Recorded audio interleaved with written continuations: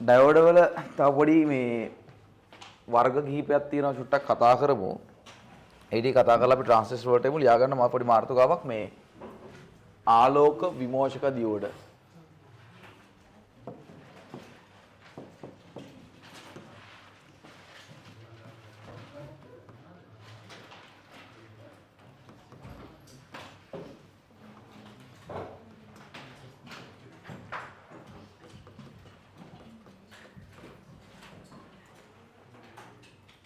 light emitted diode කියන එක හරි ආලෝක විමෝචක දියෝඩ මේක ඔයගොල්ලෝ දැකලා තියෙනව නේද?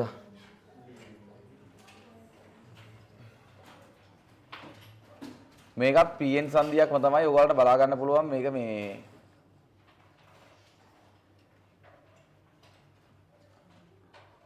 මෙන්න මේ වගේ පොඩි වීදුරු කාචයක් වගේ එකක් ඇතුලේ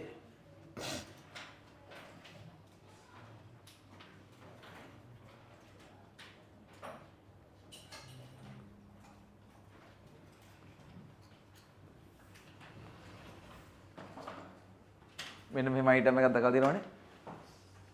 ඒතර මේකේ පරිපථ සංකේතය වෙන්නේ ඩයෝඩ් එකේ සංකේතයමයි ආලෝකය එළියට යනවා කියන එක පෙන්වන්න මෙන්න මේ ඊතල දෙකක් දානවා. ඒතර ඔක තමයි ආලෝක විමෝචක දියෝඩේ තියෙන පරිපථ සටහන වෙන්නේ. පරිපථ සංකේතය වෙන්නේ.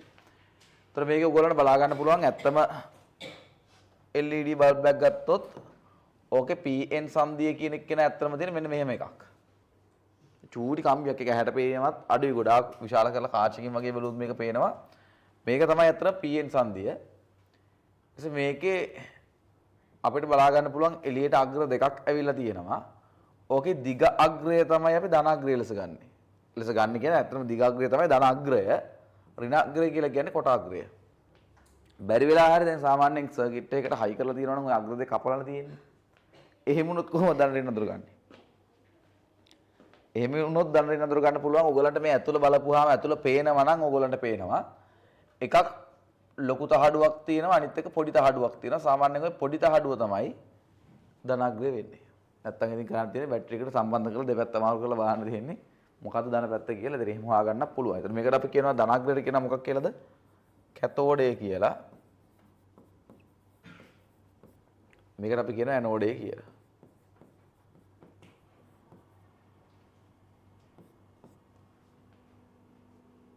හරි.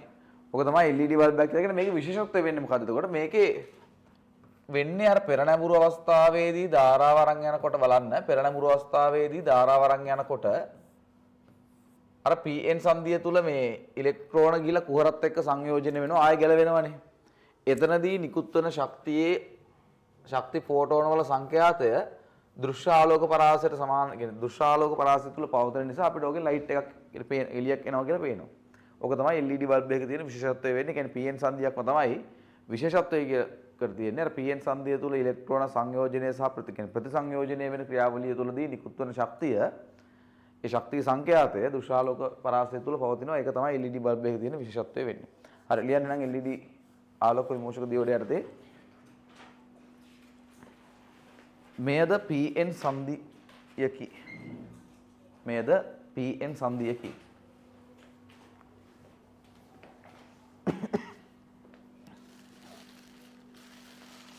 ඊට ලියන්න පෙර නැඹුරු අවස්ථාවේදී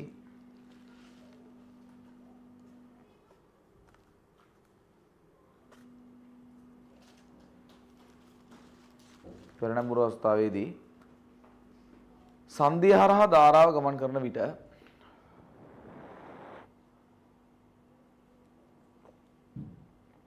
හරහා ධාරාව ගමන් කරන විට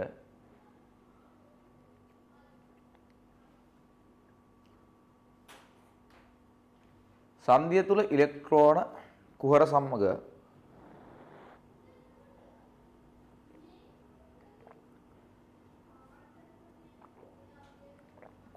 ප්‍රතිසංයෝජනය වීමේදී ප්‍රතිසංයෝජනය කියලා කියන්නේ සම්බන්ධ වෙනවා ගැලවෙනවා ඒ කියන ක්‍රියාවලිය. හරි.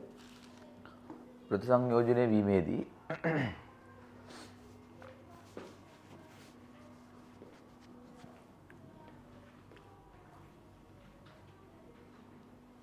සංදිය තුලින් නිකුත් වන සංදිය තුලින් නිකුත් වන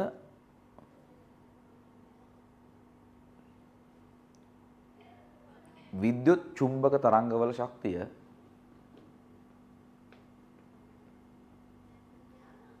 විද්‍යුත් චුම්බක තරංගවල මේ සංඛ්‍යාතය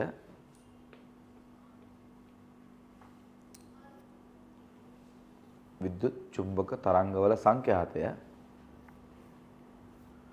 දෘශ්‍ය ආලෝක පරාසය තුල පවතී.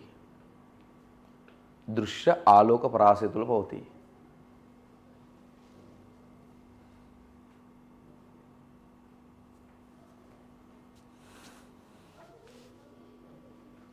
එබැවින්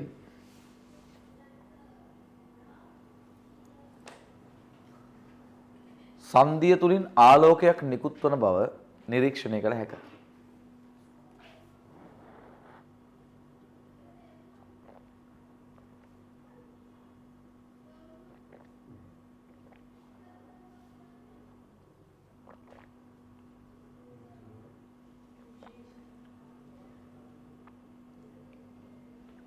නිරීක්ෂණය කළ හැකිය.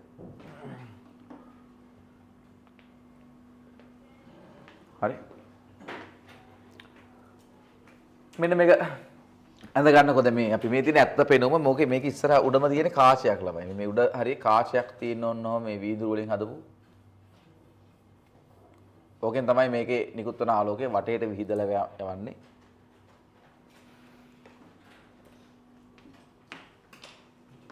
ඒතර ඒකේ පිට වෙන සංඛ්‍යාතයේ වැඩිපුර තියෙන රතු පාට පැත්ත නැක රතු පාටට පේනවා, නිල් පාට නම් නිල් පාටට පේනවා, තැඹිලි පාට නම් තැඹිලි පාටට පේනවා.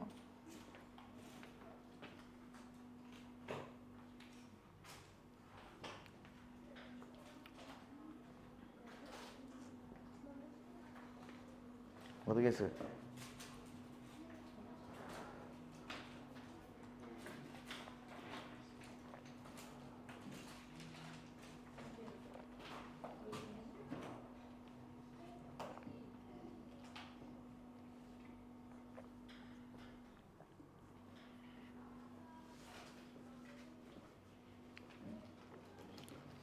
මේකෙත් සද්ද නැහැ නේ. පුපුරන්න දැන්නේ නේ.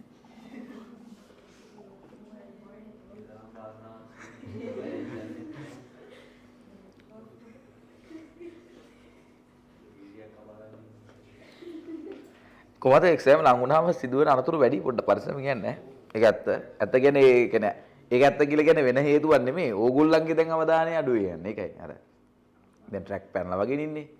ඒතර සාමාන්‍යයෙන් අඩිය තියන්නේ සමහරවිට පඩි නැති තැන් වලට අඩිය තියෙනවා. එහෙම ඒක සාමාන්‍ය වෙන දෙයක්. ඒ කියන්නේ බාහිරින් වෙන දෙයක් නෙමෙයි. මේක ඕගොල්ලන්ගේ පැත්තෙන් අවධානය අඩුකමක් වෙන්නේ ඕකේ. මම කියන්නේ එහෙම සාමාන්‍ය වෙනවා ඉතින්. ඒ හින්දා මේ පොඩ්ඩක් පරිස්සමට වැඩි කල්පනාවකින් මේ ටිකේ වැඩ කරන්න තව මාස ටිකයිනේ තියෙන්නේ. දවස් 85ක් කියලා කියන්නේ නේද? මාස 2කමාරක් වගේ තියෙන්නේ.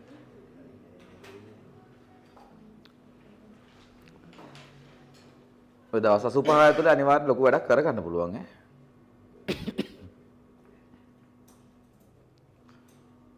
ඇත්ත තමයි කියන්නේ. ඉතින් වැඩ කරන්න නැති කෙනෙක් තියෙන්නේ.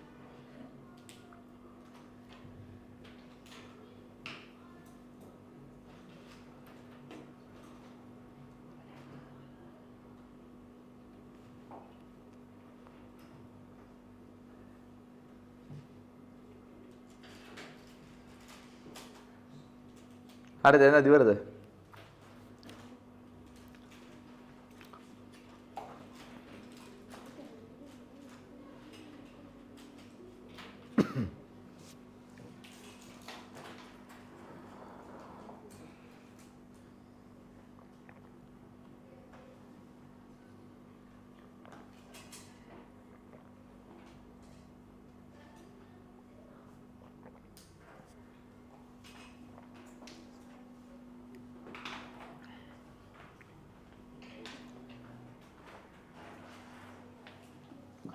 ඉතල දෙක දාගන්න ඈ.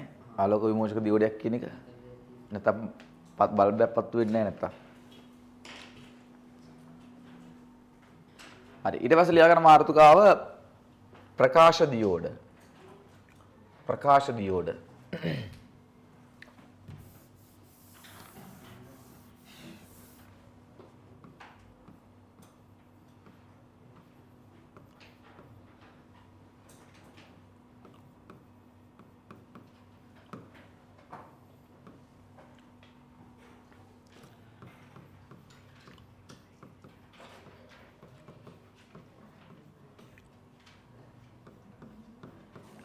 මේවට කියන්නේ PD කියලා. ෆොටෝ ඩයෝඩ් කියන එක. හරි.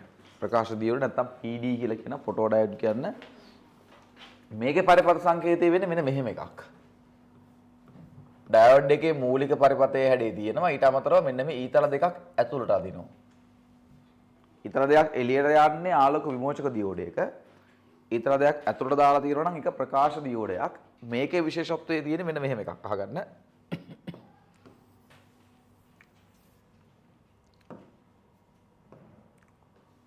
ප්‍රකාශ දියෝඩයක PN සංදිය සලකපුවාම ඕකේ පොඩ්ඩක් විශේෂයි.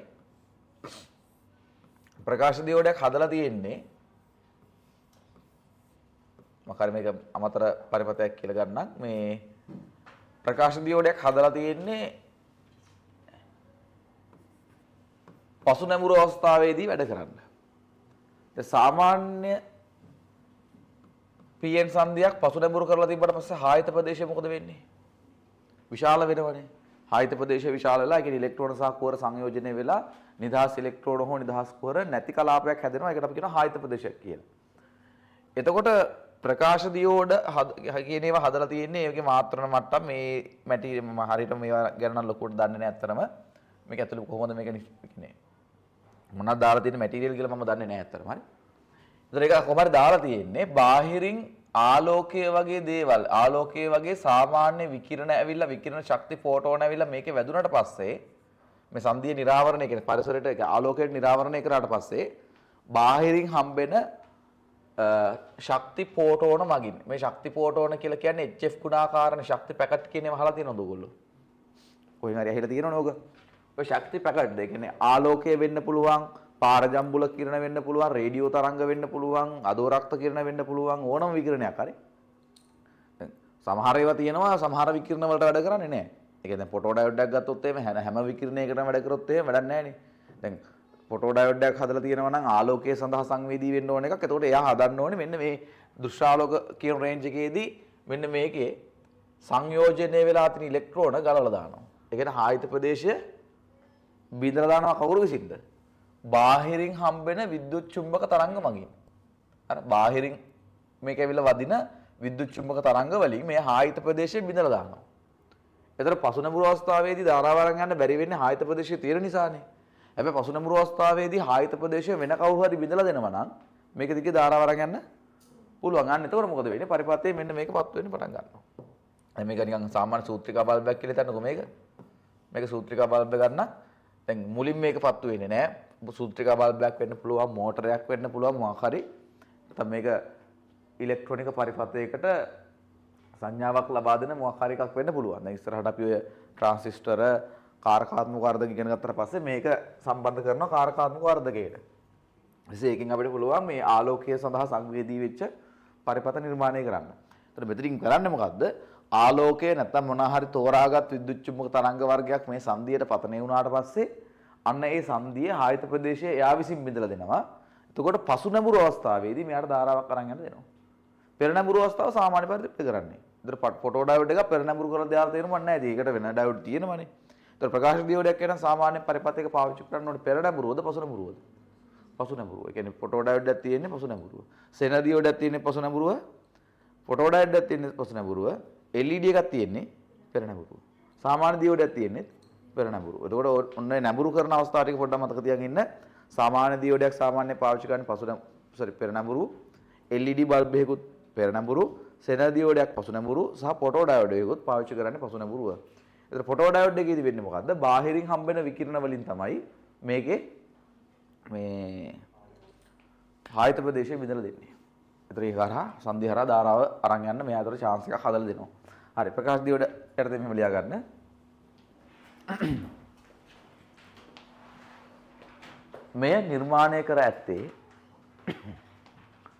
මෙය නිර්මාණය කර ඇත්තේ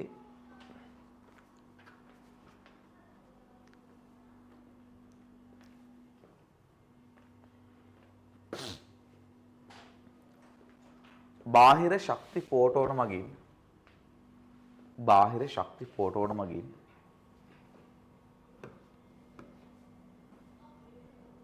බාහිර ශක්ති ෆෝටෝන මගින්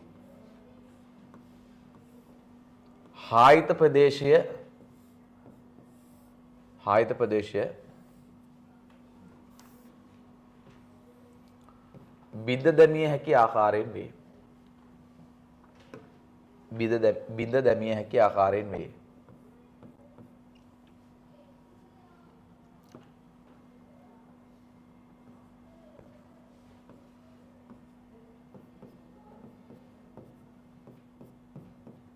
එබැවින්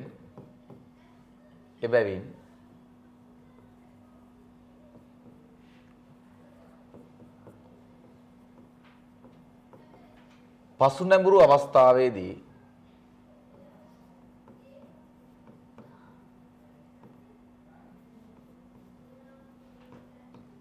අවස්ථාවේදී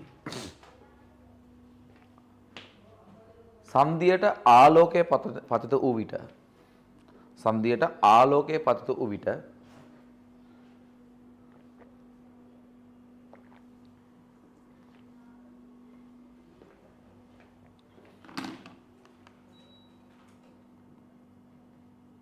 එමගින් පරිපථය හරහා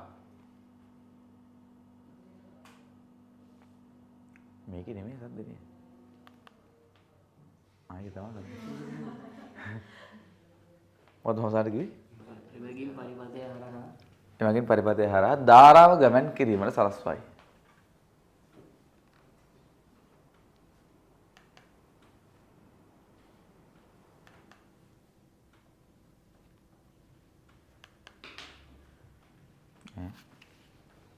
හරි මේක අඳ ගන්න පොඩ්ඩක්.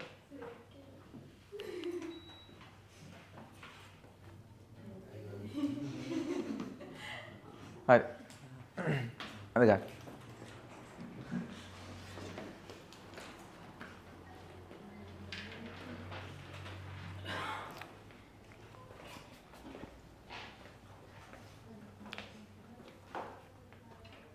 දැන් ඒ විතරක් නෙමෙයි ඔය සන්ධියට මේක පතනේ වුණාට පස්සේ මම මට කියන්න බැරුව ගෙම බලන්න. මේ සන්ධියට මේ ආලෝකයේ පතනේ වුණාට පස්සේ මේක කඩලා දෙනවනේ නිකම්ම. ඒතර මෙයා අපිට 0.7ක වෝල්ටේජ් එකක් හදලා දෙනවා. ඒ දැන් ආලෝකයේ විසින් මේ කඩනවානේ. ඒතර ඉලෙක්ට්‍රෝන දෙපැත්තට මේ කියන්නේ කඩලා වෙන් කරනවා කියලා කියන්නේ අර ආයත ප්‍රදේශයේ තිබ්බ වෝල්ටේජ් එක එයා අපිට හදලා දෙනවා. හරි. එහෙම එකකුත් කරනවා. නෑ වෝල්ටේජ් වැඩි වෙන්නේ නැහැ. කියන්නේ මෙයාට විරුද්ධවනේ මෙයා හැදෙන්නේ අනිත් පැත්තට.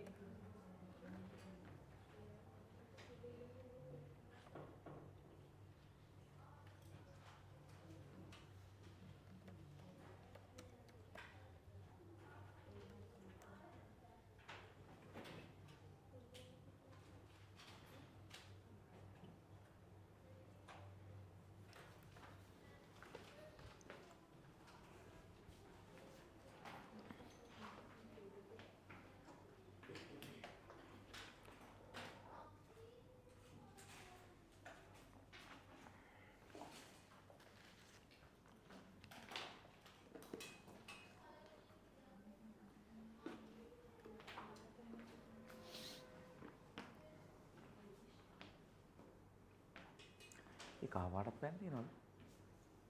ෂෝ නෑ කරන්නේ නෑ. ඇත්තම කහ පාට මන්ද කරන්නේ.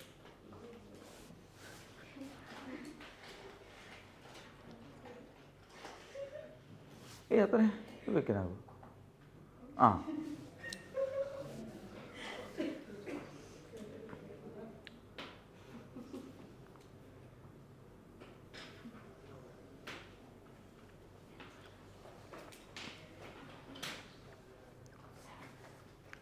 ඉලෙක්ට්‍රොනික විද්‍යාව හිතුවට වඩා වෙලා යනවා වැඩේ හැබැයි.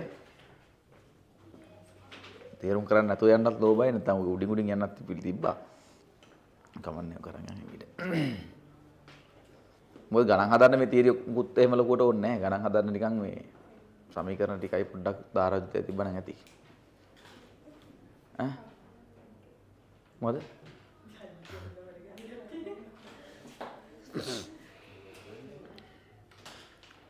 හිතුවට වෙලාවක් යනවා මේකට මේ ඔක්කොම A to Z ගන්න යන්න එපා. මම කියන්නේ මේක මේ පාඩම අතාරින්න එපා ළමයි. ඒ කියන්නේ ඒකත් අතාරින්න එපා. ඒ කියන්නේ ගෙදරින් තීරණය කරන් යන්න එපා මම දාරාජිතය හදනවා ඉලෙක්ට්‍රොනික විද්‍යාව හදනවා කියලා. පොදු ගණන් දෙකෙන් එකක් ලේසි වෙනවා. ඒ ලේසි වෙන ගණන් හදන්න බලන් යන්න. දෙකම කරලා ඉන්න එපා හොඳේ. ඒ වගේ වැඩ කරන්න එපා මේ.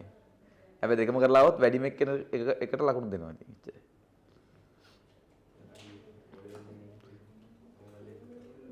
මේ අනික පේපරේ ලකුණු වෙන විදියක් දන්නව නේද මේ කියන්නේ ඒකත් පොඩ්ඩක් දන්නවනේ මාකින්නේම කියවන්නේ නැහැ. නෑ බලපුවම ගොඩක් කට්ටිය දන්නේ නැහැ. කීප දෙනෙක් නෙමෙයි ගොඩක් කට්ටිය දන්නේ නැහැ තාම ලකුණු වෙන විදිය. මම හිතන්නේ මම සිලබස් එකේ ඒ කියන්නේ මම මේ ලෙවල් උගන්නපු කාලය ඇතුළත මම හිතන්නේ මම 4 27ක් විතර ලකුණු හැදෙද්දී කියලා තියෙනවා. ඒත් අවදානෙන් අහන් ඉඳලා නෑනේ. දැන් තමයි අවදානෙන් අහන්නේ. මේ ඕගොල්ලන්ගේ ලකුණු හැදෙද්දී MCQ එකට කෙලින්ම ගෙඩි පිටින් 50ම හම්බ වෙනවා. සෙකන්ඩ් පාර්ට් එකට ලකුණු 200න් හම්බෙන්නේ. ඒක 4ෙන් බෙදලා MCQ එකට ගෙඩි පිටින් එකතු කරනවා. MCQ එක ආයෙ බෙදන්න යන්නේ නෑ. ඒ හින්දා ඔයගොල්ලෝ MCQ පුළුවන් තරම් try කරන්න 32 වගේ දැන් තියෙනවා නම් මම කියන්නේ 50ට හදපුවාම 32 තියෙනවා නම් මම අර දැන් සාමාන්‍ය තියෙන ලිමිට් ටිකක් තමයි ඔයගොල්ලෝ ඉන්න MCQ ගන්න මම හිතන්නේ ඔයගොල්ලෝ දන්නව ඇතිනේ. පාස් පස් කරනවා ඇතිනේ. ඒතකොට සාමාන්‍යයෙන් හිර වෙන ලකුණු දැන් බලන්න ඔයගොල්ලෝ දැන් ලකුණු ඉන්නේ ඔයගොල්ලෝ මොන ලෙවල් එකේද කියලා සාමාන්‍යයෙන් ලකුණු වැඩි කර ගන්න අමාරු වෙන ලිමිට් ටිකක් තමයි 19 21 කියන එක පන්න ගන්න අමාරුයි. ඒ ලකුණු සීමාව පන්නන්න ටිකක් අමාරුයි. ආයේ 27ට වගේ එනකන් දැන් 21 පෙන්නුවට පස්සේ සාමාන්‍යයෙන් 27ට වගේ වෙනකන් නිකන් normal papers කරද්දී වැඩි වෙනවා. හැබැයි 27න් පස්සේ 30 පන්නන්න ටිකක් අමාරුයි. හරි. ඊට පස්සේ 30 32 පෙන්නුවාට පස්සේ shape එකේ 36ට වගේ වෙනකන් අවුලක් නැතුව වැඩි වෙනවා. ඉතින් ආයෙ 36 පන්නන්න ආයෙ අමාරුයි. ඒක සාමාන්‍යයෙන් 36 ඉඳන් 42කට යනවා කියලා කියන්නේ එහෙනම වැඩ ගොඩක් කරන්න තියෙන එකක්. ඒ කියන්නේ සිලබස් එක සාමාන්‍යයෙන් 3-4 වතාවක් නැවත බලා ගන්න ඕනේ. හරි. ඒ අතර ගණන් හැදෙන්නත් ඕනේ. ඊට පස්සේ 42 පෙන්නන පස්සේ 47ට යනවා කියලා කියන්නේ ඉතින් ඒක ලොකු වැඩක් කරන්න තියෙනවා. ඒ කියන්නේ නැවත සිලබස් එක අරගෙන අර චූටි පොයින්ට් ටික ඔක්කොම ටික නැවත බලා ගන්න ඕනේ. කියන්නේ මේ මම කියන්නේ MCQ ගැන. ඔයාලා MCQ ගන්න ගානෙන් තමයි සම්පූර්ණ රිසල්ට් එක තීරණය වෙන්නේ. SSR ස්ට්‍රක්චර්ඩ් අවසාන මොහොතේ හදන්න පුළුවන්. හැබැයි හදන්න නම් MCQ වල අත්දැකීම් ප්‍රමාණය වැඩි වෙන්න ඕනේ. අර මං කෝ වගේ අර ඔයගොල්ලන්ට ඊයේත් මං හිතන්නේ කිව්වා මං පෙරේදත් කිව්වා අපේ ෆිසිකල් ක්ලාස් වල එසේ ගානක් හදන්න නම් මානසික කියන අවධානය කියන එක තැනක තියන් ඉඳලා පුරුද්දක් තියෙන්න ඕනේ. ඒ පුරුද්ද හදාගත්තා නම් ඕගොල්ලන්ට අවසාන මේ කාලය තුල එසේ ටික හදා ගන්න පුළුවන්. මුලින්ම හදා ගන්න අර එක දිගට පැය දෙකක් තුනක් වෙන අවධානයකට යන්න නැතුව වැඩ කරන්න. හරි. ඔයාලා රචනා ගානක් හදනවා කියලා කියන්නේ අර මේ පැය භාගයක් කියන්නේ විනාඩි 40ක් එක දිගට එකම තැන ඉන්න බෑ.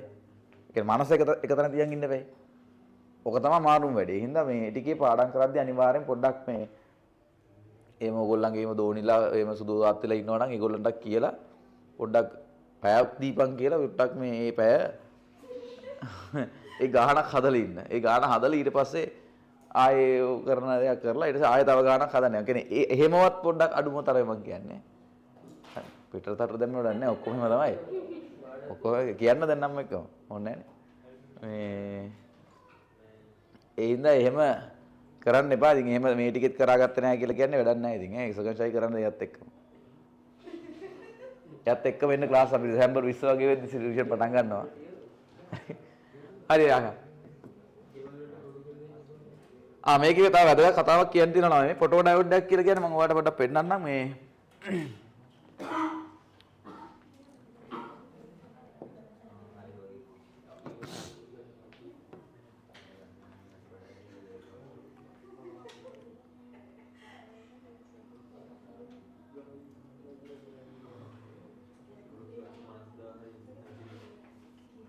හරි බලන්න මේ තියෙන ෆොටෝ ඩයෝඩ් එක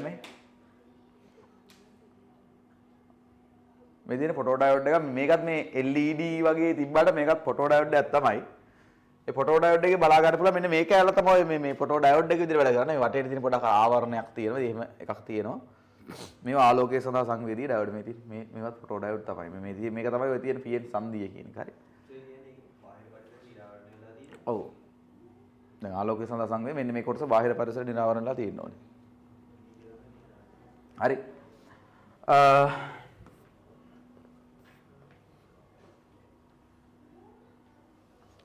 දැන් ෆොටෝ ඩයෝඩ් එකේ විශේෂත්වය වෙන්නේ මේක තමයි. කියන්නේ මේක තමයි සූර්ය පැනල නිර්මාණය කිරීමේ මූලික පරිපථය. මම කියන්නේ දැන් ෆොටෝ ඩයෝඩ් එකකට ආලෝකය පතනය වුණාට පස්සේ මෙයාට පුළුවන් සංදිය තුල 0.7ක වෝල්ටේජ් එකක් හදන්න මේක සිලිකන් වලින් හදපු එකක් නා.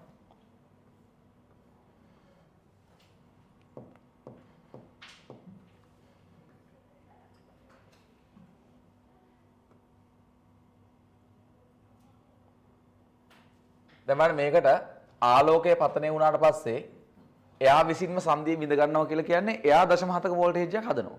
ඒ කියන්නේ මට ඕන නම් ඒක පාවිච්චි කරන්න පුළුවන්. හරි. 0.7කට වැඩ කරන මොන හරි පරිපථයක් සම්බන්ධ කරොත් ඒක වැඩ කරනවා දැන්. හරි. එහෙම එකක් වෙන්නේ මෙතන. දැන් හිතන්න මේක 0.7කට වැඩ කරන චූටි බල්බයක් තියෙනවා කියලා. මොකද වෙන්නේ? ආලෝකයට මේක අල්ලපු ගමන් මේක පත් වෙන්න පටන් ගන්නවා. ආලෝකය නැති වෙච්ච ගමන් ආයෙ මේක පත් වෙන්නේ නෑ. අයි දැන් ආලෝකය වැටිච්ච එක මම මෙතන ඉලෙක්ට්‍රෝන චාර්ජ් ශක්තිය වැඩිලා මෙහෙන් එන්න පටන් අරගෙන මේක පත්තු කරලා ආයෙ වෙලී ඉලෙක්ට්‍රෝනත් එක්ක සම්බන්ධ වෙනවා. ආයෙ මේ ආලෝකයෙන් ආයෙ මේක කඩලා දානවා.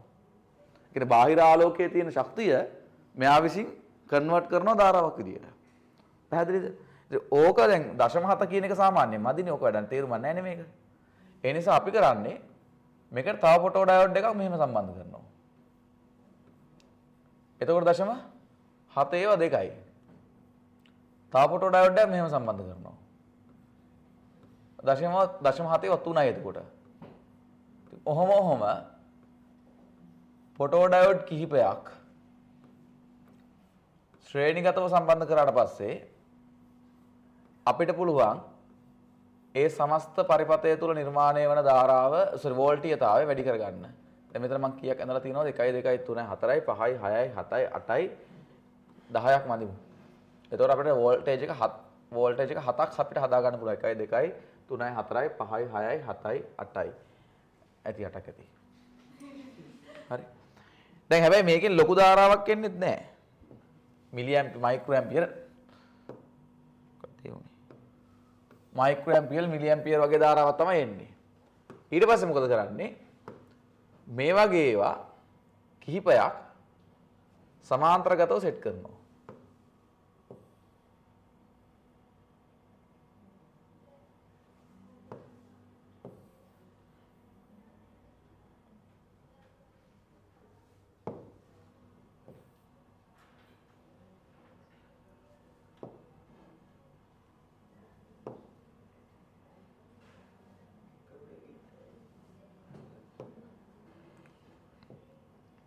හරි. එතන මේ ටික මෙහෙම කනෙක්ට් කරනවා. එතන මොකද වෙන්නේ?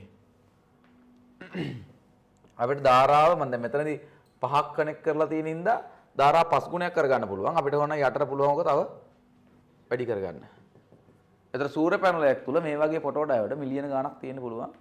ඒ වගේම තමයි ලොකු ධාරාවක් නිර්මාණය කරගන්න. පැනල් එකේ විශාලත්වය වැඩි වෙන තරමට ඒකේ නිර්මාණය වෙන ධාරාව පවර් එක වැඩි කරගන්න පුළුවන්. සූර්ය පැනලයක් තුල මේ ෆොටෝ දැන් සූර්ය පැනලයක් තුල ෆොටෝ ඩයෝඩ් මිලියන ගණක් තියෙනවා කියලා කිව්වම මේක හිතන්න එපා අර වගේ චූටි ඔපන් මිලියන ගණක් නෙමෙයි. ඒක කරන්නේ සම්පූර්ණයෙන් සිලිකන් තහඩුවක් අරගෙන ඒකේ ඇතුලේ තමයි print කරන්නේ. print කරනවා කියලා කියන්නේ සාමාන්‍ය printing නෙමෙයි laser printing වලින් වගේ අර මේ PN සංදි ටික මේක ඇතුලට විදිනවා.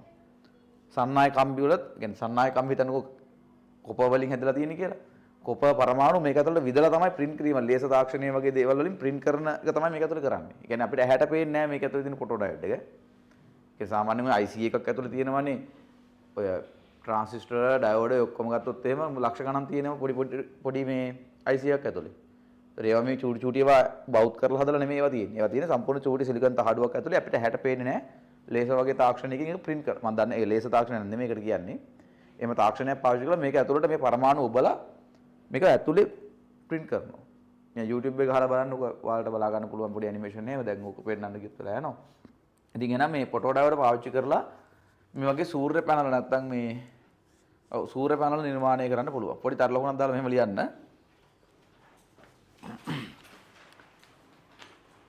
ප්‍රකාශ දියෝඩයක් මතට ප්‍රකාශ දියෝඩයක් මතට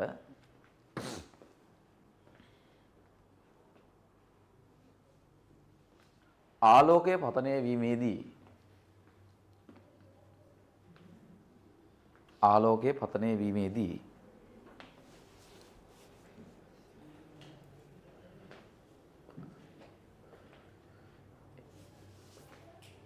එම සංදිය හරහා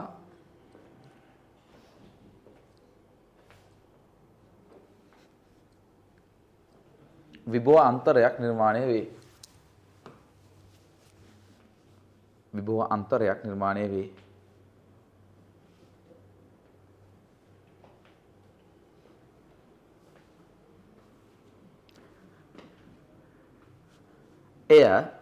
එය වෝල්ටීයතා ප්‍රභවයක් ලෙස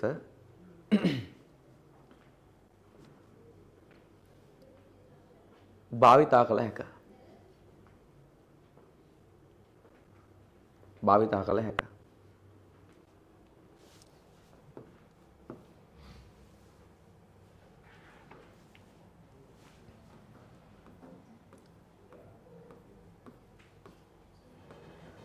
හරි. ඉතින් මෙහෙම එහිදී වෝල්ටීයතාවය වැඩි කිරීම සඳහා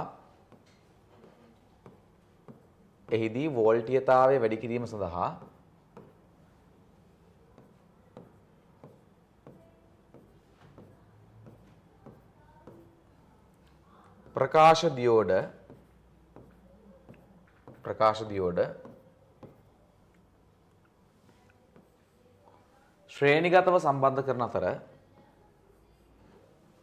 ශ්‍රේණිගතව සම්බන්ධ කරන අතර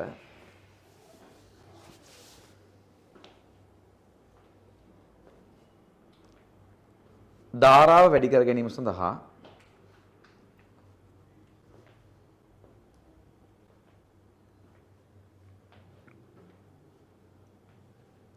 ප්‍රකාශ දියෝඩ සමාන්තරගතව සම්බන්ධ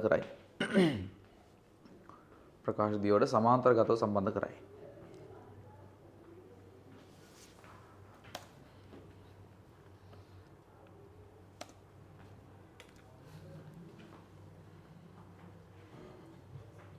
හරි.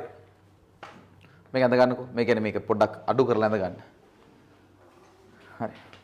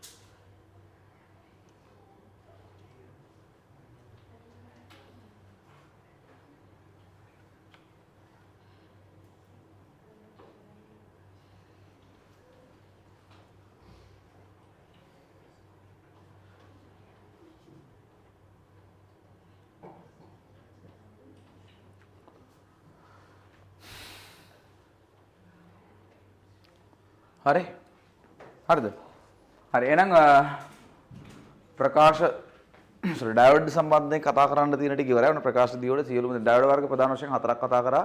සාමාන්‍ය දියෝඩයක් කතා කරා. ඊට පස්සේ ඒක සාමාන්‍යයෙන් පාවිච්චි කරන්නේ පෙරනබුරු අවස්ථාවේ.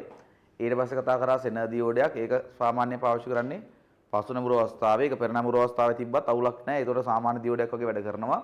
ආය අපි කතා කරා මේ LED කියන්නේ light emitted diode කියන එක. එතකොට ඒකේ විශේෂත්වය වෙන්නේ එකක් වැඩ කරන්නේ පෙරනබුරු අවස්ථාවේදී. ඒකෙන් කරන්නේ ආලෝකය කියන එක නිෂ්පාදනය කරන එක. අවසානට අපි කතා කරා ෆොටෝ ඩයෝඩ් නැත්නම් ප්‍රකාශ දියෝඩ කියන එක. ඒක පාවිච්චි කරන්නේ සාමාන්‍යයෙන් ආලෝකය සඳහා සංවේදී කියලා තමයි අපි දැනට කතා කරන්නේ. නමුත් ඒක වෙන විකිරණ වලට සංවේදී විදිහට හදන්න පුළුවන්. හරි. නමුත් අපිට ඕනේ තාම ගොඩකට ආලෝකය සඳහා සංවේදී කරන්න අපි ෆොටෝ ඩයෝඩ් එකක් කිව්වල ඉල්ලපුවාම සාමාන්‍යයෙන් වැඩ කරන ආලෝකයට ඉරු එළිය ලයිට් එකකට වගේ වැඩ කරන ඒවා අපිට සාමාන්‍යයෙන් ඔය ඉලෙක්ට්‍රොනික බඩු කඩේකින් ගන්න පුළුවන්. හරි. ඒක සාමාන්‍ය වැඩ කරන්නේ පසුනපුර අවස්ථාවේ කියන්නේ වැඩ කරන්නේ නෙමෙයි. ඒක තේරුම ඇත්තටම පාවිච්චි කරන්නේ පසුනපුර අවස්ථාවේදී. ඕනනම් ඒ වගේ ඩයෝඩ් ගොඩක් සෙට් කරලා එකතු වෙලා කරලා අපිට පොඩි සූර්ය පැනල් එකක් හදන්නත් පුළුවන්. කියන්නේ සූර්ය පැනල් එක ඇතුලේ තියෙන ඔය ෆොටෝ ඩයෝඩ් වල ඉතා විශාල ප්‍රමාණයක එකතුවක් කියන එකත් ඔළුවේ තියාගන්න. මේවා සාමාන්‍යයෙන් එන්න තියෙන chance එක වැඩි කියලා කියන්නේ දැන් මේ කාලය තුල renewable energy කියන එක පාවිච්චි කියන්නේ භාවිතය ගැන කතා වෙනවා වැඩිනේ. ඒකත් එක්ක මේකේ ප්‍රශ්න අහන්න බැරි කමක් නැහැ. ඒ කියන්නේ සූර්යාලෝකයේ මගින් කොහොමද විදුලි නිෂ්පාදනය කරන්නේ කියන එකට මෙතනින් වැඩේ පටන් ගන්න පුළුවන්. මේකෙන් පටන් අරන් කොතනින් ඉවර කරයිද දන්නේ නැහැ. ඒක කියන්නේ මේක ප්‍රශ්නේ දෙන්න පටන් ගත්තොත් ඉවර කරන්න පුළුවන් මේක කෙලින්ම විද්‍යුත් චුම්බක ප්‍රේරණයට ගම යන්න පුළුවන් මේකෙන් පටන් අරගෙන. හැබැයි මෙහෙම ඒ වගේ ලොකු පරාසයක් තුල ප්‍රශ්නයක් අහුවොත් සාමාන්‍ය ප්‍රශ්න ලේසි. ඒ කියන්නේ එතකොට අහන්නේ බේසික් ටිකනේ. එතකොට අහන්නේ පොඩි පොඩි බේසික් ටික. හැබැයි වැඩේ කියන්නේ ඒ ගාන හදනවා නම් සිද්ධිය තේරුම් ගන්න ඕනේ. රචනා ගානක් හදන සිද්ධිය තේරෙන්න ඕනේ. බාහිර වටපිටාවේ තියෙන සිද්ධිය තේරුම් නැත්නම් රචනා ගාන කොහොමත් ඔලුවට යන්නේ නැහැ. ඒ නිසා මේ ටිකේ පාඩම් තෝරගෙන ප්‍රශ්න කරන්න. පාඩමේ ප්‍රශ්න කරන්න. හරි. දැන් අපි යමු මේ ඊළඟ කොටසට ට්‍රාන්සිස්ටර් කියන කොටසට. ආගන්න. දැන් ඔයගලන්ට මතක ඇති නේද P සංදියක් කියන්නේ මොකද්ද N සංදියක් කියන්නේ මොකක්ද? ඔව්. P වර්ගය කියලා කියන්නේ මොකද්ද? N වර්ගය කියන්නේ මොකද්ද කියන අර්ධ සන්නායක වල බේසික් ටික මතකයිනේ. හරි.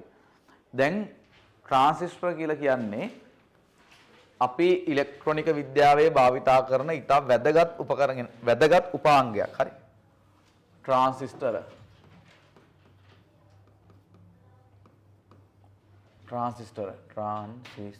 හරි.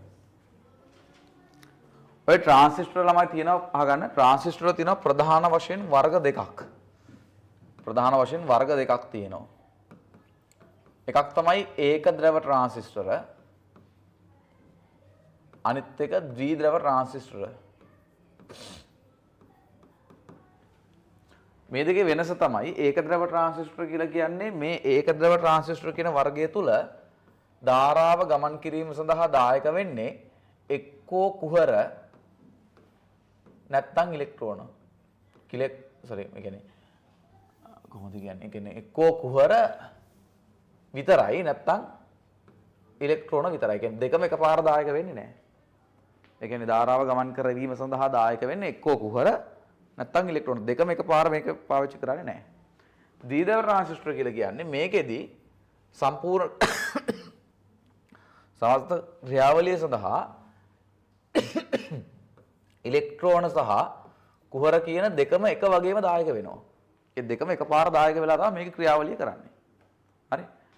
එතකොට ඒ නිසා සාමාන්‍ය අපිට අතර මේ මුලින් ඉගෙන ගන්න තියෙන මේ ද්විද්‍රව ට්‍රාන්සිස්ටර් කියන එක මේක ගැන තමයි පොඩ්ඩක් වැඩිපුර කතා කරන්න තියෙන්නේ. ඒක ඇසුරින් අවසානට අපි ඒක ද්‍රව ට්‍රාන්සිස්ටර් වැඩ කරන විදිහ අපි පොඩ්ඩක් කතා කරනවා. මේ මුලින් අපි කතා කරන්නේ ද්විද්‍රව ට්‍රාන්සිස්ටර් කියන වර්ගය ගැන මේකේ වෙනස මොකක්ද කියලා අහුවොත් කියන්න ඕනේ ඒකද්‍රව ට්‍රාන්සිස්ටර් වල ක්‍රියාවලිය සඳහා දායක වෙන්නේ එක් වාහක වර්ගයක් පමණයි.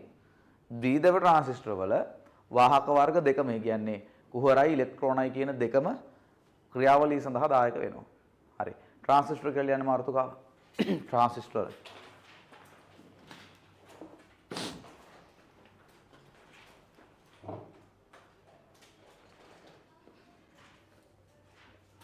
ट्रांसिस्टर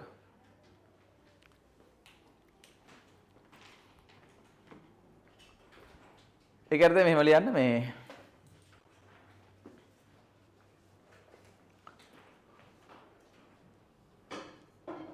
P සහ N වර්ග භාවිතයෙන් P සහ N වර්ග භාවිතයෙන්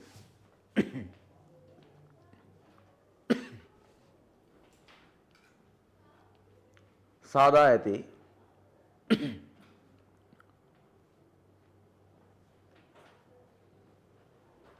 ඉතා වැදගත් ඉලෙක්ට්‍රොනික උපාංගයකි.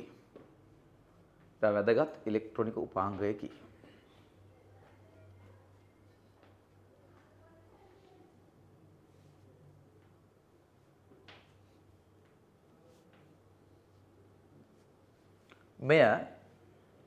මෙය ප්‍රධාන වශයෙන්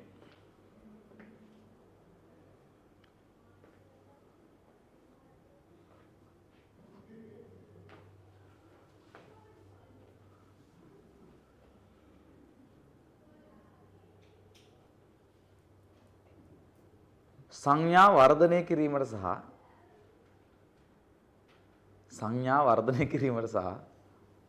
ලියන්න දන්නවනේ සංඥා වර්ධනය කිරීමට සහ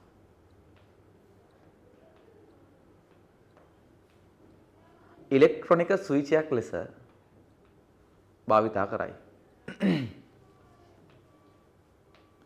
ඉලෙක්ට්‍රොනික ස්විචයක් ලෙස භාවිතා කරයි.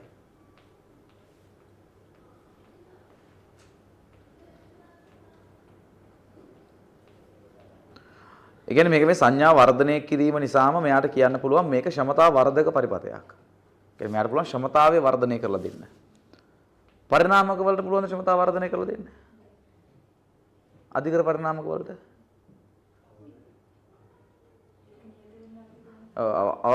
අධිකර පරිණාමක වල වර්ධනය වෙන්නේ වෝල්ටේජ් එක.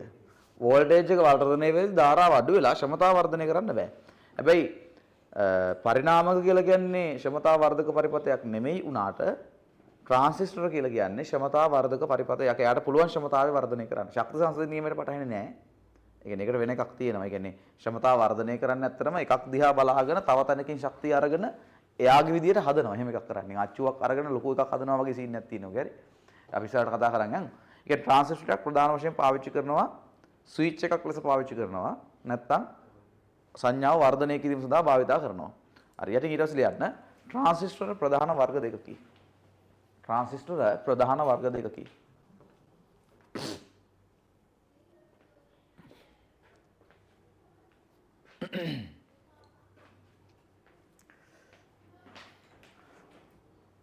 डस्टर ही हुए ना यू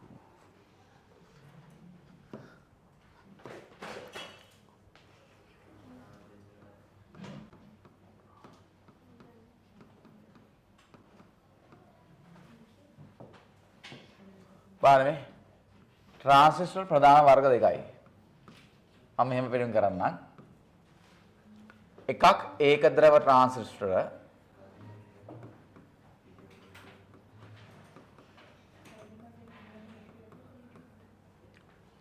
අනිත් එක ද්විද්‍රව ट्रांसिस्टर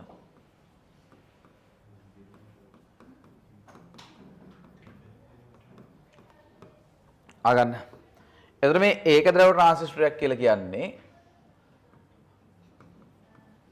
ක්‍රියාවලිය සඳහා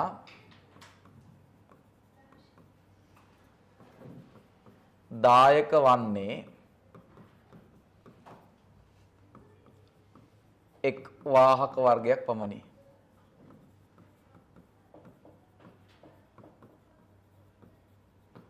නමුත් මේකේ විශේෂත්වය වෙන්නේ ක්‍රියාවලිය සඳහා වාහක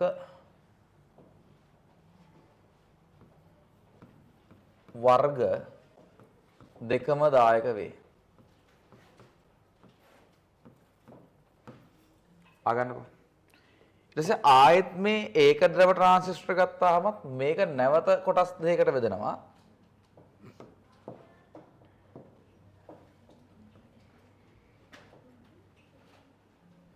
ඒ කියන්නේ මේකේ මේ කොටස් කිහිපයක් තියෙනවා. නමුත් අපි කතා කරන්නේ එක වර්ගයක් ගැන විතරයි මේ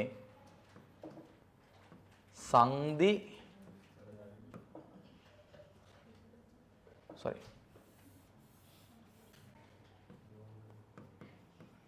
ශේස්ත්‍ර ආචරණ ට්‍රාන්සිස්ටර් කියලා වර්ගයක් මේකේ තියෙනවා. අගන් ශේස්ත්‍ර ආචරණ ට්‍රාන්සිස්ටර් කියලා වර්ගයක් තියෙනවා ඒක ද්‍රව ට්‍රාන්සිස්ටර් වල. ඒතර මේක නැවත කොටස් කිහිපයකට බෙදනවා අපි. මේ කොටස් දෙකකට බෙදනවා. එක වර්ගයක් තියෙනවා අගන්න. මම මෙතන මේ නෝට් එකක් විදිහට දෙන්නම්. මොකද මේක ගැන කතා කරන්නේ ගොඩාක් දුරට ගිහිල්ලා නිසා මේක අර ෂෝට් නෝට් එකක් විදිහට මම ඉස්සරහා මේක දෙන්නම්. මොනවද කනවද මොකද ගන්න?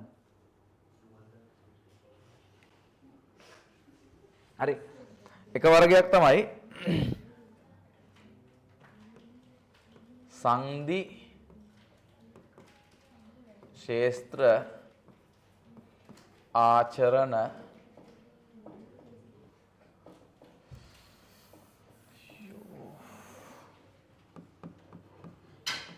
සංදි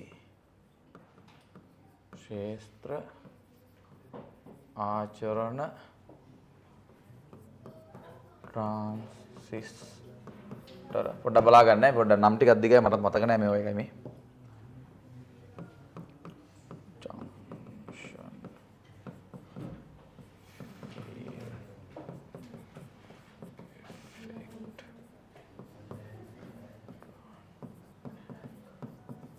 හරි මේකේ කෙටි නම තමයි JFET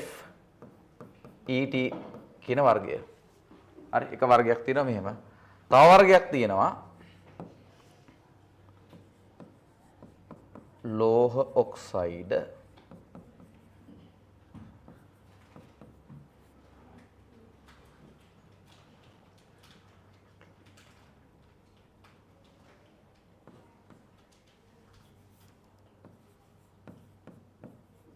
මේක ඉංග්‍රීසි නම ලියලා ඉන්න මට සිංහල නම මතක නැහැ පොඩ්ඩක්. metal oxide semi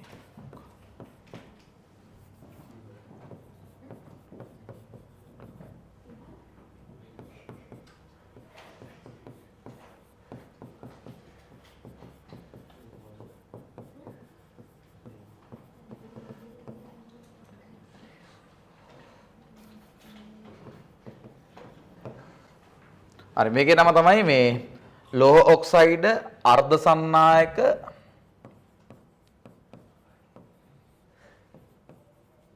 සංදි නෑ ශේස්ත්‍ර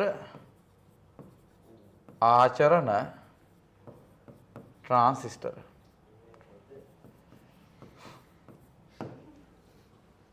කියන්නේ මේක අපි ඉංග්‍රීසියෙන් ලියුවොත් මේකේ කෙටි නම තමයි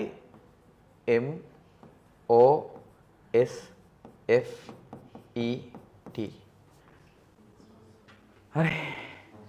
ඒකට තමයි ට්‍රාන්සිස්ටර් මෙන්න වර්ග දෙකක් තියෙනවා මේ සංදි ශේෂ්ඨ ආචරණ ට්‍රාන්සිස්ටර් කියලා එක වර්ගයක් තියෙනවා. ඒක JFET කියලා කෙටි කරලා අපි කියනවා. ආයෙ තව වර්ගයක් තියෙනවා ලෝහ ඔක්සයිඩ් අර්ධ සන්නායක ශේෂ්ඨ ආචරණ ට්‍රාන්සිස්ටර් කියලා. ඒක කෙටි කරලා කිව්වම MOSFET කියලා කියනවා. හරි. එතකොට මෙන්න මේ දෙවෙනි වර්ගය ගැන අපිට ඉගෙන ගන්න නැහැ. ඒකෙත් සංදි ශේෂ්ඨ ආචරණ ට්‍රාන්සිස්ටර් වල නැවත වර්ග දෙකක් තියෙනවා. P channel කියලා එකකුයි N channel කියලා එකකුයි. මේකයි මම මෙතන මේ නෝට් එක දෙන්නේ දැන් ඔයගොල්ලෝ දැන් එකපාර ගියාම එන ලොකුයි වගේ තේරෙනවනේ මේක මහ ලොකු දෙයක් නෑ මම මේ නෝට් එක මෙතන දෙන්නේ ආය අවසානට ෂෝට් නෝට් එකක් ගන්න මට අමතක වෙන්න ඉඩ තියෙනවා. හරි මම මෙතන ට්‍රාන්සිස්ටර් පටන් ගත්තේ මේකේ කැටගරි කරපුවාම අර බලපුවම ලේසියි ෂෝට් නෝට් එකක් තියෙන එක. ඒකයි මම වර්ගීකරණය කරලා දෙන්නේ. හරි. නමුත් අපිට වැඩිපුර ගණන් හදන්න තියෙන්නේ මෙන්න මේ වර්ගය ගැන විතරයි. අර මේ පැත්තේ ගණන් හදන්න නැහැ නිකන් මෙහෙම දෙයක් තියෙනවා කියලා දැනන් ඉන්න විතරයි තියෙන්නේ. ද්විධව ට්‍රාන්සිස්ටර් වල තියෙනවා වර්ග දෙකක්. ලොකු සින්නක් නැහැ ඒක නම් NPN කියලා වර්ගයක් තියෙනවා. PNP කියලා වර්ගයක් තියෙනවා. මේක ඔයගොල්ලෝ දන්නවද වර්ග දෙකක්. හරි ඒක දෙක ගැන තමයි කතා කරන්නේ. ඒකෙත් වැඩිපුර ගණන් හදන්නේ මෙන්න මේ මූ ගැන. මොකද අරකිට වෙනසක් නැහැ. වෙනසකට කියලා තියෙන ධාරාව ගමන් කරන පැත්ත මාරු වීමක් විතරයි වෙන්නේ. ඒකට වැඩිපුර ගණන් හදන්නේ මෙන්න මේකත් එක්ක. හරි. ඕක තමයි ට්‍රාන්සිස්ටර් වල වර්ගීකරණය වෙන්නේ.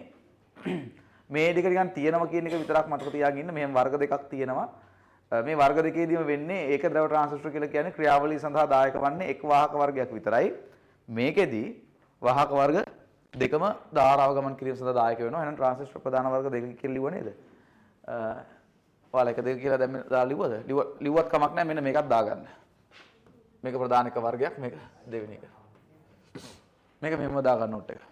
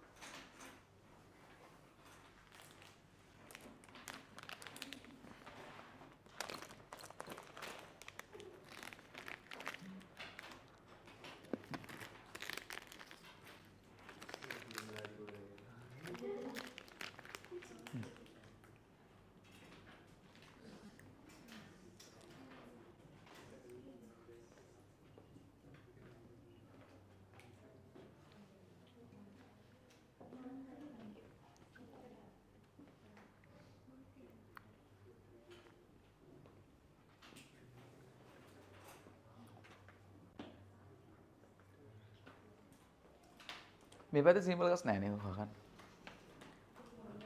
තියෙනවා.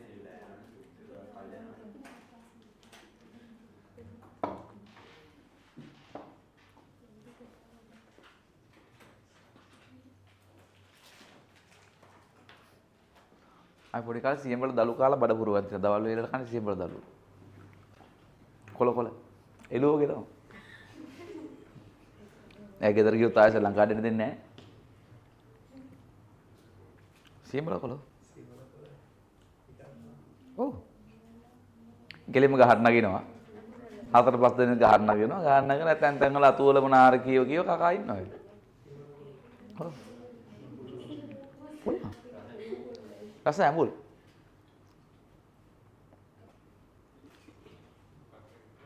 ඈ?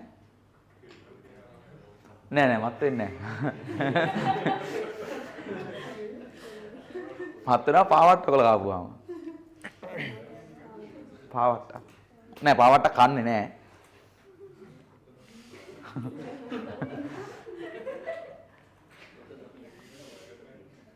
නෑ සාමාන්‍යයෙන් සෙන්සුරාදා ඉස්කෝලේ යන්න දවසට ගෙදරින් කොමාරි උදේ පැනලා පස්සේ ආයෙ ගෙදර ගියොත් ආයෙ එන්න දෙන්නේ නැහැ. උදේවරුේ කොමාරි ගිහිල්ලා උදේවරුව ඉතින් කොමාරි ගෙදරින් කාලා හරි යනවා. උදේ සෙල්ලම් කරනවා. දවල්ට ඉතින් ඔය මොන හරි එක්කෝ දේවාලයට ගිහිල්ලා කිරිබත් කනවා. ඒක සාමාන්‍ය අපේ මේ පැත්තේ තියෙන දේවාලයක් හැම සෙන්සුරාදාම වැඩ ඒකේ. ඒක කිව්වත් කිරි උතුරවනවා. ඉතින් කිරි උතුරාම කිරි කාලා ආයෙත් දවල්ට සෙල්ලම් කරලා ආයෙ හවසට සෙල්ලම් කරන්න යන්නේ ඔය කෙලිම අපේ පිටණි හින සීමල ගහක් තියලා පිටණි භාගයක් විතර ලොකු ඒක කපන්නෙත් නැහැ. ඒක උඩ නැගලා ඉතින් අර අයියලා සෙල්ලම් කරන්න එනකන් අපි ඉතින් උඩ නැගලා සීඹල කනවා. සීඹල තියෙන කාලේ සීඹල කනවා නැත්තම් කොළ කනවා. එහා පැත්තේ දිවුල් තියෙන කාලේ දිවුල් කනවා. මයිල තියෙන කාලේට මයිල කනවා. මයිල කියන එක දන්නවනේ මයිල කරල් කන්න පුළුවන්. මම අපි නම් ඉස්කෝලේ ඇත්තටම ළමයි ඉන්නවා බඩගින්නට මයිල කන. මයිල කරල් කලා ජීවත් වෙන කට්ටිය. ඒ කියන්නේ ඇත්තටම සල්ලි නැති නිසා හරි ගෙවල් වල කෑම ගේන්න සල්ලි නැහැ සහ ගෙවල් වල අම්මා තාත්තා ගොඩක් වෙලාවට කුලි වැඩ වලට යන්නේ. එතකොට ගෙදරින් ගොඩක් අයට කෑම එකක් එවන්නේ නැහැ. ඒගොල්ලෝ කැන්ටීන් කියන්නේ ඉන්ටර්වල් එක වෙලාවට මයිල ගහ යට ඉන්නේ. ඒ මයිල මම කාලා තමයි ජීවත්. දැනටත් මං හිතන ඉන්නවා ඇතිවන්ද අපේ කාලේ නම් හිටියා. මට නම් එහෙම ලොකු අපේ පවුලේ එච්චර ප්‍රශ්නයක් තිබුණේ නැහැ. හැබැයි අපේ යාළුවෝ හිටියා එහෙම මේ අපි ඉතින් කන්න අඬ ගහනවා. උන් ඉතින් දුවනවා. ඒ කියන්නේ කෑම ගෙනා නැත්තම් කන් තියන්නේ නැහැ ඉතින් අර එහෙම පොඩි කාලේ ලැජ්ජයිනේ. ඒ එළියට ගියාට මේ එන බලාපොරොත්තුවක් තියෙනවා යාළුවෙක් ඇවිල්ලා මම අල්ලගෙන ගිහලා බලෙන් කන්න දෙයි කියලා. එහෙම තමයි දුවන්නේ. නේ අල්ල ගන්න පුළුවන් මේකෙන් දුවන්නේ. ඔය දැන් වෙලා තියෙන්නේ කැඩි පැත්ත. බත් ඇත් තියන කිව්වොත් ගෙන අපේ කා දන්නේ නැහැ බත් එක කියලා. මයිල කරල් කාලා ජීවත් වෙච්ච කට්ටිය ඉන්නවා. මට නම් කියන්න බෑ හරිය නෑනේ මේ. දන්නේ නැතුණාට කියන්න බෑනේ මට ඔයෙන් හරි ඉතලා වීඩියෝ එකක් දාලා තිබ්බොත් එහෙම දැක්කොත් එහෙම. ඔව් අඩේ තෝ බලු වැඩ කරන්න එපා මං. ඒ කාලේ යම් කිසි සිදුවීමක් වුණා තමයි කියලා කිව්වොත් එහෙම.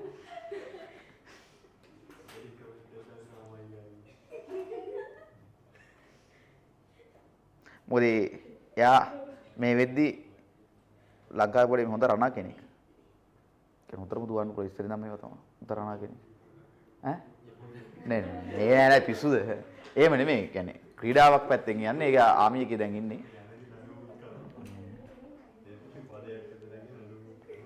ඔව් මයිල කාලා තමයි දුවලා තියෙන්නේ.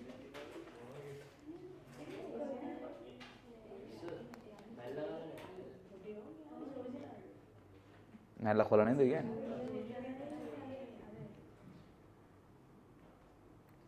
හරිද ඉවරද? ඔන්ලයින් එක ඉවරද?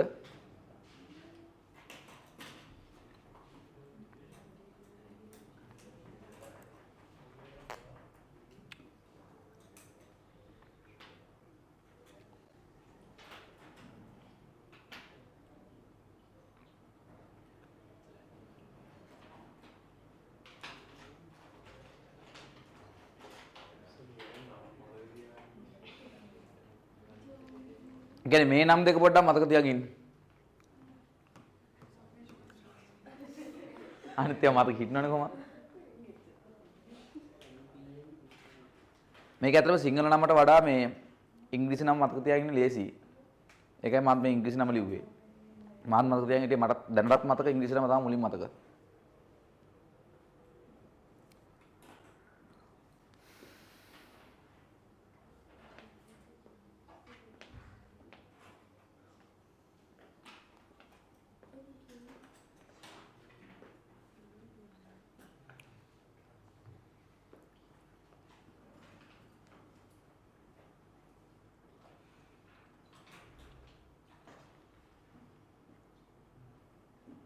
හරිද?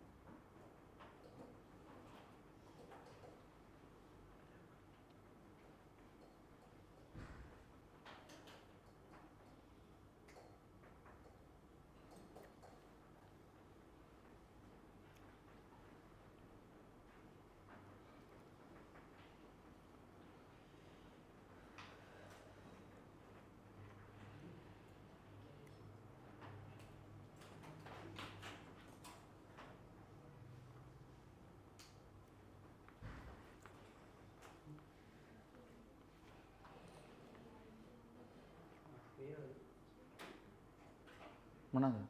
මයිල කියනේවද? බලන්න. ඔව්. මේ කොළ ගන්නවා සාමාන්‍යයෙන් ඔය මේ නාද. ඔක අමුෙන් තියදී කන්න බෑ. ඔක වේලුණාට පස්සේ දුඹුරු පාට වෙනවා. දුඹුරට පස්සේ ඇතුලේ කජු වගේ ඔය ගමාරහයි. ඔව්. කෙනෙක් තනි කරම කජු වගේ ඔක. ගොඩක් රහිනර හයි ඔක. මේ මයිල කියලා වෙන මොනවා හරි කාලා මැරෙන්න එපා මොදේ. ඒ පෙන්නුවේ මයිල. ඉස්කෝලේ තියෙන එක මයිලද දන්නේ නැහැ. ඔගේ සාමාන්‍යයෙන් කොළ ගන්නවා මේ ඩෙකරේෂන් වලට. ලස්සනයි ඒගොල්ලේ.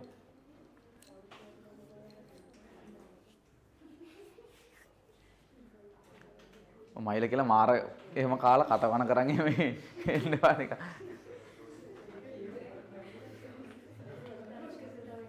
ඔව්.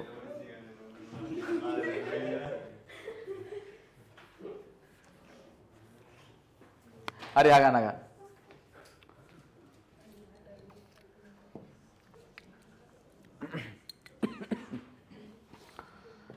තියාගන්න මාතෘකාව ද්විද්‍රව ට්‍රාන්සිස්ටර. අපි ඒක ගැන තමයි මුලින් කතා කරන්නේ ද්විද්‍රව ට්‍රාන්සිස්ටර.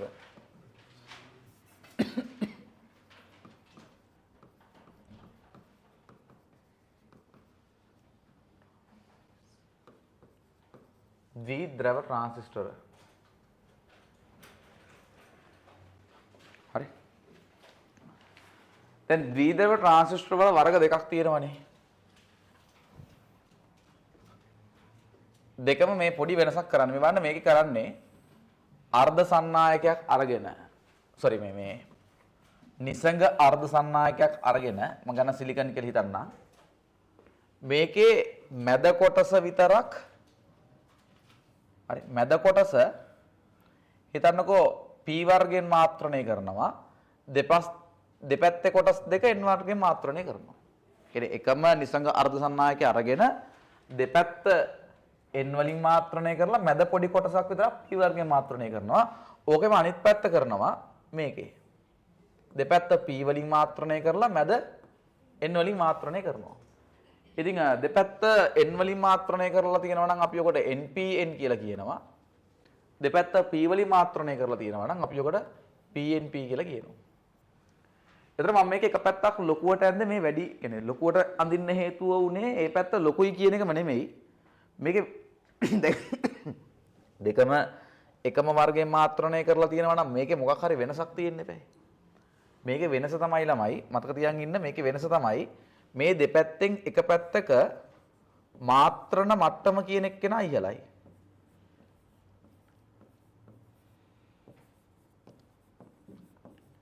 ඒ කියන්නේ අනිත් එක්කෙනාට වඩා. ඒ කියන්නේ ලොකුවට අඳින්න හේතුව ඒකනේ. તો ලොකුයි කියන එක නෙමෙයි. ඒ පැත්තේ මාත්‍රණ මට්ටම අනිත් පැත්තේ මාත්‍රණ මට්ටමට වඩා ඉහළයි. මොකද්ද මාත්‍රණ මට්ටම කියලා කියන්නේ? මම අර බාහ්‍ය අර්ධ සන්නායක කතා කරද්දී අර මං කිව්වේ මේ මිලියනයට එකයි කියලා.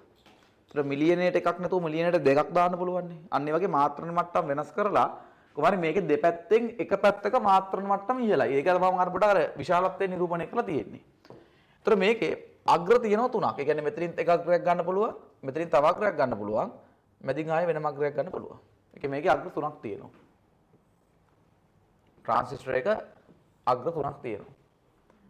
එතකොට මේකේ මාත්‍රණ මට්ටමින් ඉහළ එක්කෙනාට අපි කියනවා විමෝචකය කියලා. එමිටර්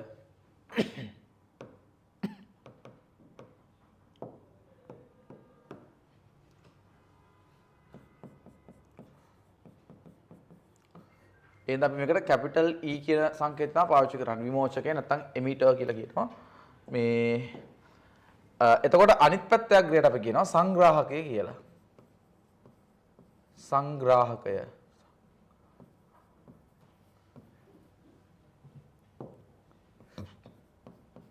කොලෙක්ටර්. අපි C අකුරෙන් ඔක නිරූපණය කරනවා.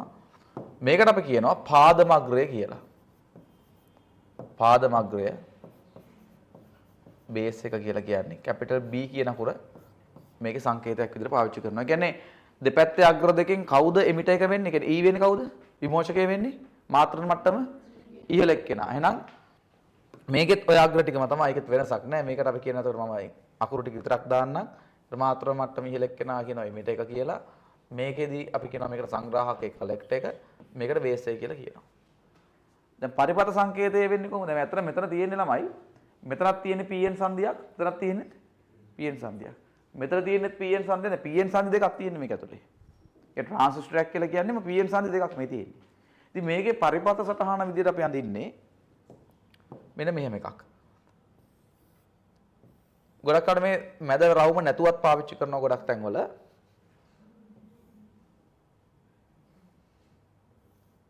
මෙන්න මෙහෙම තමයි අඳින්නේ. මේක තමයි පරිපත සංකේතය. දැන් මේ මේක PNP දෙන් PNද කියලා අඳුරගන්න විදියක් තියෙන්න බෑ. දැන් බැලුමට මේ දෙකේම පරිපත සංකේතය එකම වගේ. මේකත් මෙහෙම. ඔන්නව තමයි තියෙන්නේ. ඒතර මේ දෙක වෙන් කරලා අඳුනගන්නේ දැන් සාමාන්‍ය ධාරාව යන්නේ n ඉඳන් p ටද p නම් ඉන්නද? p සිට n දක්වානේ. එතකොට අපි මේක npn ද pnp ද කියලා අඳුර ගන්න. දැන් මේකේ තියෙන මැද තියෙන p නේ. ඒ කියන්නේ මේක n නම් මේක npn නේ තියෙන්නේ. npn නම් p ඉඳන් nට ධාරාව යන හින්දා අපි ඊතලයක් දානවා එළියට. ඒ ඊතලය දාන්නේ මතක තියාගන්න. ඒ ඊතලය දාන්නේ සංග්‍රාහක අග්‍රය තුලට. විමෝචක අග්‍රයට. ඒ කියන්නේ අපි ඊතලේ මේකට දාන්නේ නැහැ සාමාන්‍යයෙන්. ඒතර මේ තේරුම් ගන්න ඕන. ඒ කියන්නේ ඊතලයක් මේක දාලා තියෙනවා නම් මේ අග්‍රේ නම් විමෝචකයේ වගේම මේක pn. ඒ කියන්නේ npn වර්ගයක්. එහෙනම් මෙතන pnp නම් මොකද වෙන්නේ? මැද n තියෙනවා නම් ධාරාව යන්නේ උඩට. ඒ කියන්නේ මේක තමයි විමෝචක අග්‍රය. එහෙනම් මේක සංග්‍රාහක අග්‍රය, මේක බේස් එක. එහෙනම් මේක මොන ඇතුළට එනවා කියලා කියන්නේ pn p සංදියක්. ඉතින් ওই විදිහට තමයි මේකේ මේ පරිපර්ත සංකේතය නිරූපණය කරන්නේ. මේ ඊතලෙන් තමයි මේක pnp ද npn ද කියලා අඳුරගන්නේ සහ විමෝචකය කවුද කියලා අඳුරගන්නේ. මොකද විමෝචකයේ උඩ තමයි ඊතලේ දාන්නේ. පැහැදිලිද? මොකද වෙන්නේ? දැන් මෙතන ඊතලේ දාලා තියෙන දැන් එහෙම සමන් ලියන්නේ නැහැ මම මේක ලියලා පෙන්නන්න තේරුම් කරන්න ඕනේ ඉඳා. දැන් ධාරාව යන්නේ p ඉඳන් එන්ටනේ. එහෙනම් මෙතන තියෙන්නේ p මෙතන වෙන්න ඕනේ. n මෙතන වෙන්න ඕනේ. එහෙනම් දැන් np නම් මෙතන n වෙන්න බෑ. එහෙනම් npn. මෙතන n නම් මෙතන p වෙන්න ඕනේ. ඒ කියන්නේ pnp. ඔන්නෝ තමයි අපි අඳුරගන්නේ මේක pnp එකක්ද npn එකක්ද කියලා. පැහැදිලිද? හරි. ද්විධ ට්‍රාන්සිස්ටර් එකේ මෙහෙම ලියන්න. අනුමානික වලිය නේද? ද්විධ ට්‍රාන්සිස්ටර්.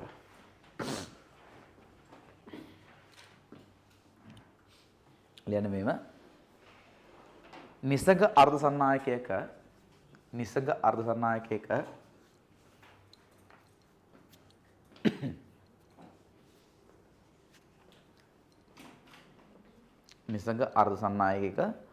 දෙපස එකම වර්ගයෙන් හා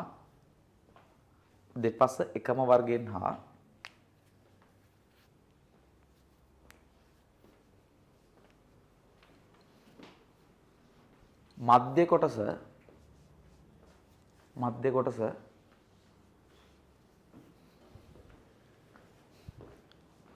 ප්‍රතිවිරුද්ධ වර්ගයෙන්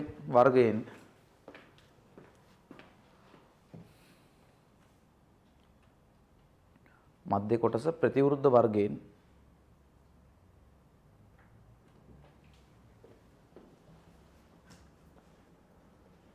මාත්‍රණය කර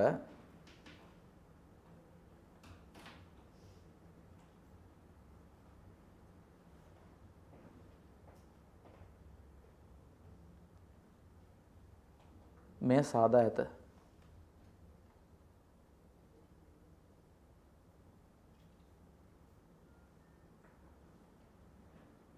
මෙහි වර්ග දෙකකි කියලා ඔක ඇඳ ගන්න පොඩ්ඩක් බලන්න.